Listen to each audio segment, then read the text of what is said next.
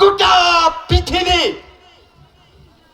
তুমি দান করো, সৎকা করো, সেজদা করো, বাবা মা যদি নারাজ থাকে তাহলে তোমার ওগুলা কার্যকারী হবে না। দলিল রিজা রব্বি ওয়া রিজা আল ওয়ালিদি ওয়া সাকাতুল রব্বি ওয়া সাকাতুল ওয়ালিদি। আল্লাহ বাবা মার সন্তুষ্টিতে আল্লাহ সন্তুষ্ট, বাবা মার অসন্তুষ্টিতে আল্লাহ অসন্তুষ্ট। শোনো বাংলার মুসলমান, বাংলাদেশের মুসলমান, তোরা কেন পড়ো না হাদিস কুরআন?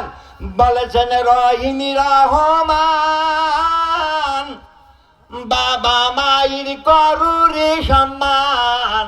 বাবা মা যদি নারাজ থাকে কুল পাইবা না পরকালে, ঠিকই না যে হইবি তোর জাহান্নাম।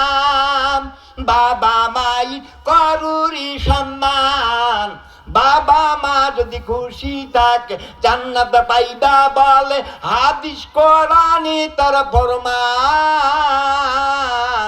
বাবা মায়ের করুরি সম্মান, বাবা মাই পায়ের নিচে জান্নাতের বাগান। বাবা মায়ের পায়ের নিচে জান্নাতের বাগান। ও বাংলার মুসলমান, মায়ের এক ফুটা দুধের দাম, মায়ের এক ফুটা দুধের দাম। সারাটি জীবন নিজের চামড়া দিয়া জুতা বানাইয়া দিল, হয় নারী তার সামান। মায়ের এক ফুটা দুধের দাম। ও বাংলার মুসলমান, তাই না? হবে মায়ের এক ফুটা দুধ, গোটা জীবন যদি তুমি তপস্যা করো, এক ফোঁটা দুধের মূল্য দিতে পারবা না।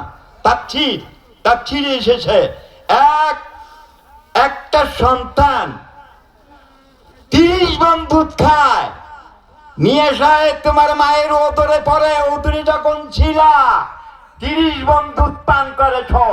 এই 30 মণের দুধের বদলা সারা জীবন তপস্যা করে তোমার মায়ের এক ফোঁটা দুধের বিনিময় তুমি নিজের চামড়া দিয়ে যদি জুতা বানিয়ে দাও, হবে না। দুঃখ আসে, গোটা সমাজ কুলিশিত, তাই না?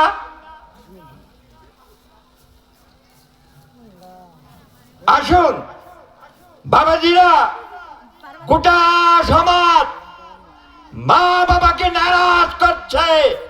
যে মায়ের কথা আল্লাহর রাসূল ফরমুলা দিলেন। একজন সাহাবী এসে বললেন, ইয়া রাসূলুল্লাহ, ইয়া হাবিবাল্লাহ, সর্বপ্রথম আমি কার হক পালন করব?